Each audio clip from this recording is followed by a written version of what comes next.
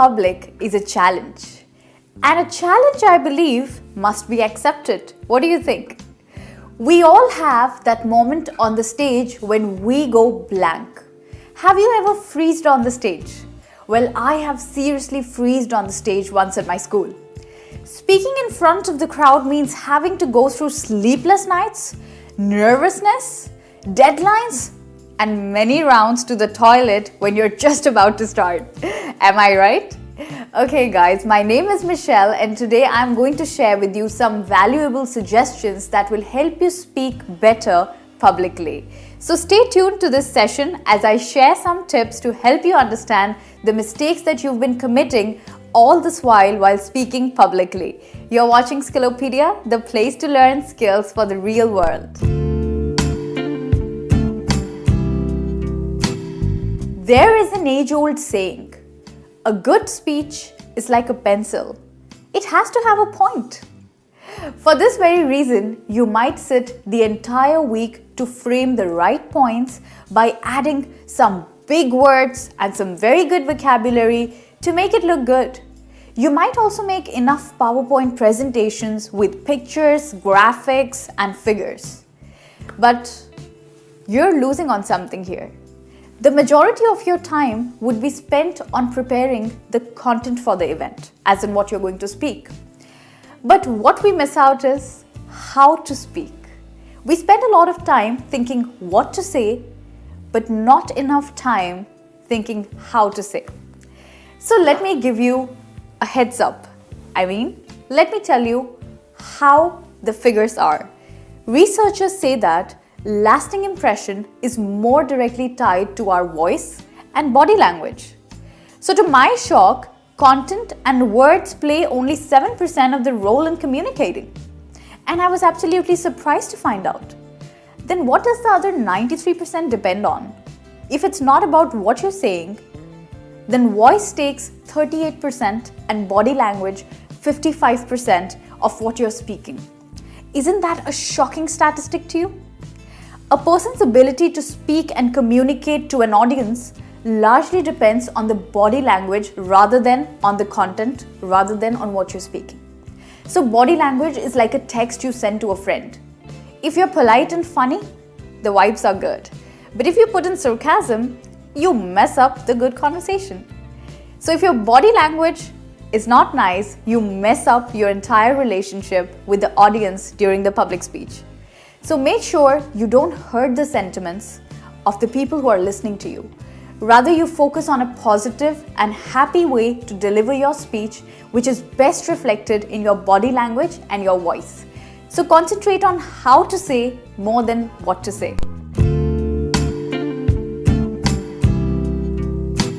First and foremost, it's important that we not only make a lasting impression, but that we make a positive one. Yes, let me tell you about my professor back in college. He was a kind of weird guy. He would take long pauses while speaking, like this, but whenever he spoke, the message glued to my memory forever, which means I could not forget what he said. And he had a great sense of humor on top of that. And that is what attracted most of the students from my class. We all came from different parts of India and different parts of the world, but when we heard him, we were all laughing on the same joke and listening to him very carefully. But apart from humor, it's important to look at your audience. That's what he did. When he took those pauses, he used to look at us. So don't keep your eyes fixed on a spot. Rather, watch across the entire hall, making meaningful eye contact with your audience. This will help you connect better to them. And there is no better way of explaining a point than using examples from daily life. Like I'm telling you about my professor, you could also tell about one of your experiences from your school or your college days or maybe even from your workplace. Because examples help to relate to the topic much better than anything else. Trust me, I use them too. So you must add examples, have a nice body language, and look at your audience, and you're in for a great speech. The start of your speech is the most important part. Walk in your room smartly, lay your notes on the podium, look up, Keep your chin high and greet them with a warm smile. Make them believe that you know what you're doing. It always gives one a lot of comfort when the other one has everything under control. So if they think that you don't know what you are saying, that's going to be a problem. So be the one who has everything under control. The best way, I think, to capture the audience's attention is to think about a clear and a strong phrase that people could relate to. When I was in school, I still remember the head boy would often come to the podium and raise his fist during the lunch break and say, "Defend your turf." What does that mean? That means to take care of your belongings. Well, he used to say that because our bags used to be overloaded with food when we returned from our home after the winter break. So that used to make everyone laugh, and we all used to listen carefully after that to everything he said. Did you notice? All he did was he chose a strong, a funny, and an interesting phrase to start his conversation. And this is what you should do. If you want the audience to relate to you easily, it is always a great way to start the speech with a light-minded, nice, and strong phrase that could capture their attention. Unfortunately, even though we are human beings, we stand almost like we sit, which is so horrible. Never has a person who has dragged himself on the stage, slouching, attracted anyone's attention. You know what I mean? Most of us don't realize that much of our confidence actually depends on the way we place our chin. Too high often gives off an attitude or arrogance to the people, while too low shows that you're very nervous. So what should you do? Well, my suggestion is that you must observe yourself in the mirror by exploring different angles until you find the most appropriate one. And trust me, it will be a plus point when you have a good body posture. Curved back and slouching shoulders give the picture of a bookworm that has not left his seat for long. So that shows that you've been preparing for your speech for so long, but you're not able to deliver it nicely because your body posture is not perfect.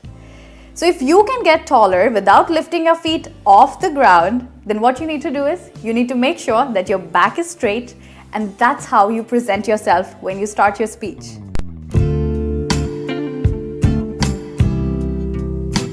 Now let me tell you some things that you shouldn't do when you're speaking publicly. Kindly note them down. You should not look down or off into space where there are no people. What I mean is you should make meaningful eye contact. And please never start speaking before you have reached the front of the room. Start speaking when you're comfortable and when you're on the podium and you've got everything in place. And yes, please don't play with your hair, okay? Or lean on one side. And it's really not a good idea to point with the finger or to use an open palm like this. And I recommend that you don't fold your arms or cross your legs.